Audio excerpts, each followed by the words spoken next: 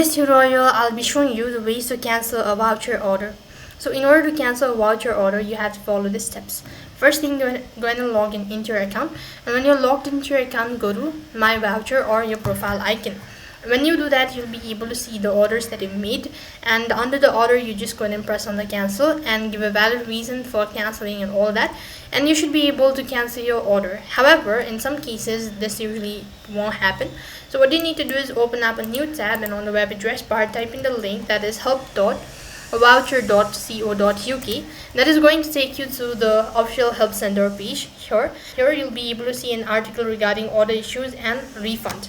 So over here you could go ahead and press on the link that is order issue and refund, and once again it's going to direct you to the official page. So right over here you'll be able to find list of articles regarding all of that. You would go ahead and select the particular one, and then you can cancel your order.